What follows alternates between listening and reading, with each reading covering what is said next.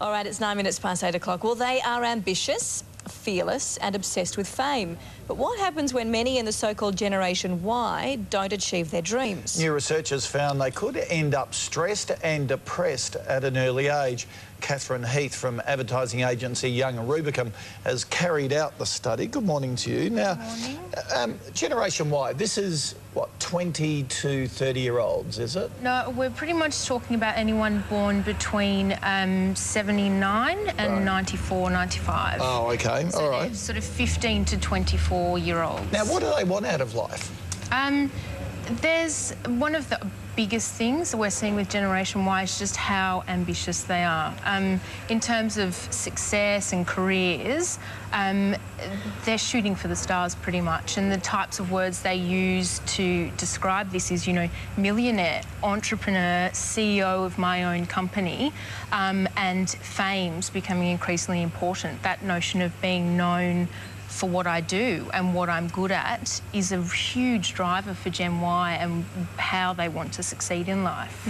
Have things like reality television programs shaped their thinking there then, the whole wanting to be famous for?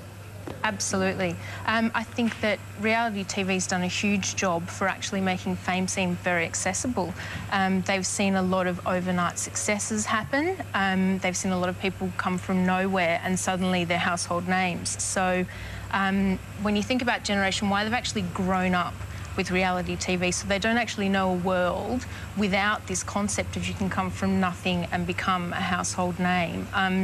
Certainly the media's done a lot for it as well. Things like, you know, the rise of young entrepreneurs and young success stories have very much been pedestaled by the media, and they've become famous for what they do in a non-traditional sense. I mean, Gen Y have business heroes now. You know, they're very aware of people like Google and the names behind Subi and Sassenbide. And that's fueling a lot of this, you know, incredible aspiration for Gen Y. Is it different to previous generations? When we were all that age, we wanted to be millionaires, we wanted to be wealthy. Back in the 80s, the Alan Bonds and the John Elliots were sort of heroes of the media as well. Yeah. Is it any different? I think how cavalier they're being and how bulletproof they genuinely feel is very different. It's a really widespread thought that they're going to make it and that they are going to be rich, they are going to be famous, and the reality is that only a small portion will actually get there.